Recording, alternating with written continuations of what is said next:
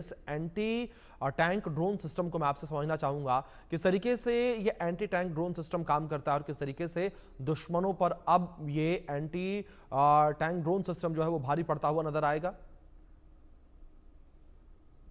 Abhishek ji, land warfare में जी tanks, APC या ये कहें बख्तरबंद जितनी गाड़ियां होती हैं, जी उसमें गन्स भी होते हैं, कोई इंजीनियर्स के इक्विपमेंट भी होते हैं। जी उनका एक बहुत भारी रोल होता है।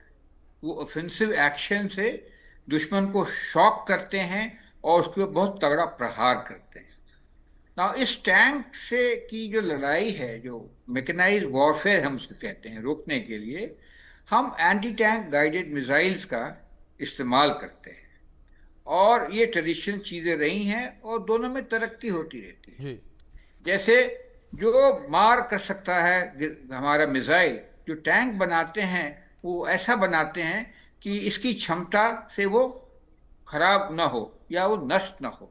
तो ये चूहे बिल्ली की लड़ाई चलती है।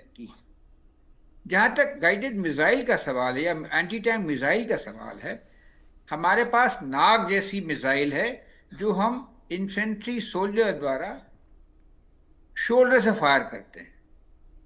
और या उसको और भी तरीके हैं, जैसे अटैक हेलीकॉप्टर से भी दुश्मन के टैंक और एपीसी के ऊपर में फायर किया जा सकता है। जी ये कन्वेंशनल वेपन्स हैं और उसकी तीन चार चीजें होती हैं, उसको मैं समझाता हूं और उसी से लेकर के हम ड्रोन के ऊपर मैन जिसके बारे में बात चल रही है। जी इसकी एक बॉडी होती है या लॉन्चर कहते हैं, और उसके साथ एक प्रक्षेपक या जो मिसाइल होती है। मिसाइल को हम फायर करते हैं। मिसाइल में दो दो हिस्से होते हैं।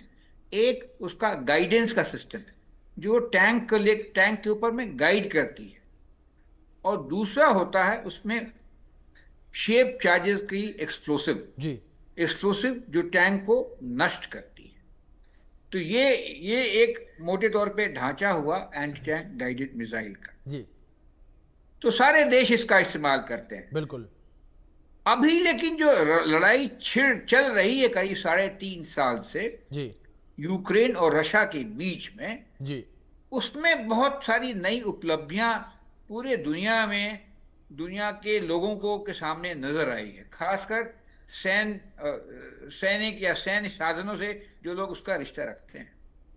एक कंपैरेटिवली छोटा देश, जिसको सोचा था, सब लोगों ने सोचा था और रशिया ने भी सोचा था कि एक हफ्ते के अंदर ओवरवेल्म कर देंगे, जी लेकिन अगर 3.5 साल तक वो लड़ाई चल रही है, खत्म होने का नाम है।